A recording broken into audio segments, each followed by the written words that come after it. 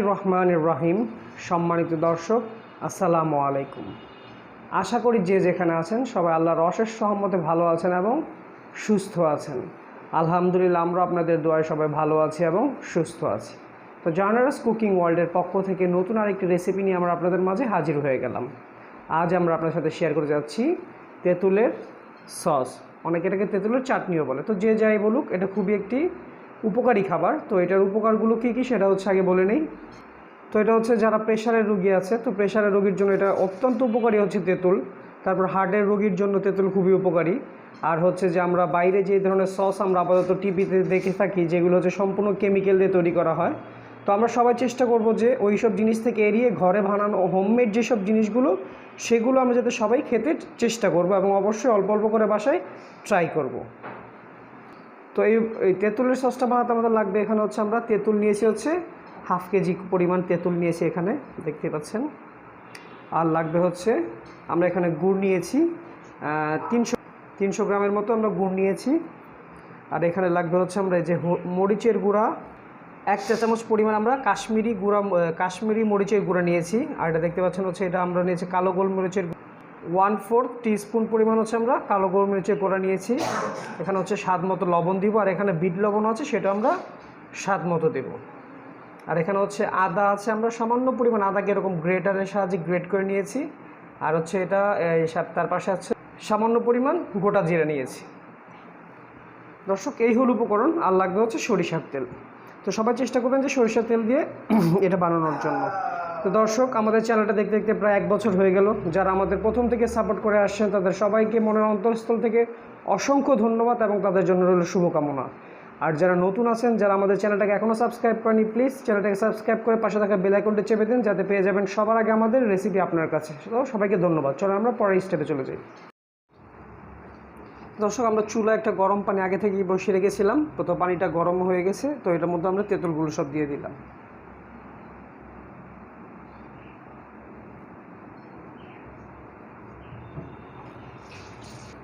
তো এই গরম পানির মধ্যে, ফুটন্ত গরম পানির মধ্যে তেঁতুলটাকে 10 মিনিট পরিমাণ এটাকে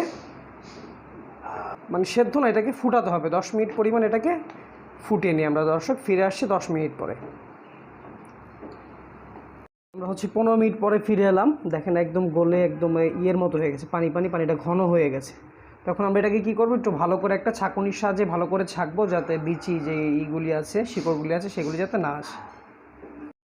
পরের যে স্টেপটা হচ্ছে সেটা হচ্ছে আমরা বড় একটা পাত্র বসিয়ে দিলাম চুলায়, এবং যতক্ষণ হিট হবে, পাতিলে একটু হিট হওয়ার পরে আমরা দিয়ে দেবো হচ্ছে সরিষার তেল। বিসমিল্লাহির রহমানির রহিম। আর সরিষার তেল পরিমাণটা খুবই সামান্য, দেখতেই পাচ্ছেন 1 টেবিল পরিমাণ হবে। আর সবাই চেষ্টা করবেন তেল যত পরিমাণ, সরিষার তেল হোক আর সয়াবিন তেল হোক, যত পরিমাণ তেল কম খাওয়া যায়। তেল এমনিতে আমাদের স্বাস্থ্যের জন্য অনেক ক্ষতিকর। তো তেলটা যখন গরম হয়ে আসবে,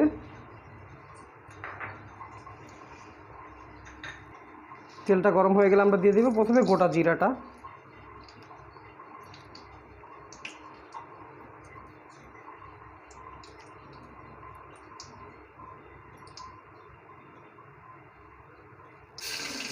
জিরাটা দেওয়ার পর দিয়ে দিলাম হচ্ছে আমরা আদার যে কুচিটা ছিল, সে আদার কুচিটা দিয়ে দিলাম।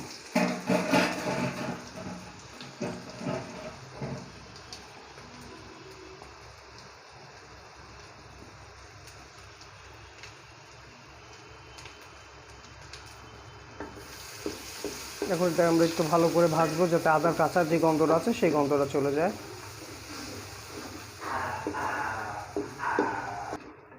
3 থেকে 4 মিনিট আমরা এটা ভেজে নিলাম।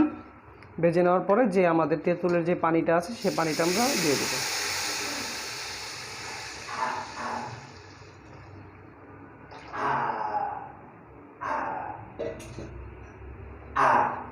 গুড়টা কুচি করে রেখেছিলাম, সেই গুড়টা এখন দিয়ে দেবো।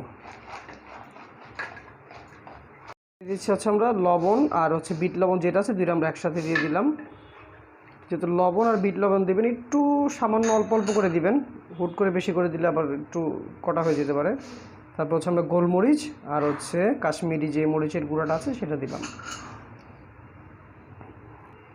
আর যদি কেউ চান যে এখানে একটু ঝাল বেশি খাবেন, তো সেখানে আপনার হচ্ছে এই ক্ষেত্রে হচ্ছে আপনারা একটু পাপরিকাটা ইউজ করতে পারেন, তাহলে ঝালটা একটু বেশি আসবে। এখন এটাকে আমরা একটু নাড়তে থাকবো।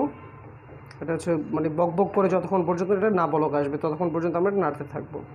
আর খেয়াল রাখবেন যদি এটা পোড়া লেগে যায় নিচে দিয়ে, তাহলে কিন্তু এটার কোনো স্বাদ আর ঘ্রাণই থাকবে না, নষ্ট হয়ে যাবে। তো সতর্কতার সহিত ধৈর্য ধরে এটাকে নাড়তে থাকবেন। আর দর্শক, আশা করছি আমাদের ভিডিওটা না টেনে সম্পূর্ণ ভিডিওটি দেখবেন, আর বেশি বেশি করে শেয়ার করতে ভুলবেন না। 30 মিনিট পর আমরা ফিরে আসলাম। দেখেন তো ধোয়ার জন্য দেখা যাচ্ছে না, দেখেন কীরকম পরিমাণ ঘন হয়ে গেছে। ঠিক এরকম ঘনই চলবে। কালারটা দেখছেন কী সুন্দর, মাশাআল্লাহ, খুব সুন্দর একটা কালার। তো চলো আমরা আপনাদের সার্ভ করে একবার দেখাচ্ছি।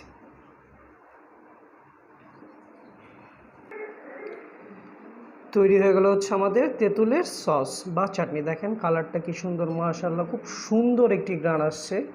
এটা না খেলে বোঝাই যাবে না যে এটা কীরকম অসম্ভব স্বাদ। শরীরে ইনস্ট্যান্ট একটা এনার্জি চলে আসে। সারাদিন রোজা রাখার পরে এগুলি দিয়ে আলুর চপ, পেঁয়াজ যাই খাই, খুব স্বাস্থ্যসম্মত, স্বাস্থ্যকর হবে। তো দর্শক, কেমন হলো আমাদের আজকের ভিডিওটি অবশ্যই কমেন্টস করে জানাতে ভুলবেন না। আর আমাদের চ্যানেল যদি কেউ নতুন হন অবশ্যই সাবস্ক্রাইব করে নেবেন। তো আজ এই পর্যন্ত, সবাই ভালো থাকবেন, সুস্থ থাকবেন। সবাইকে আসসালামু আলাইকুম।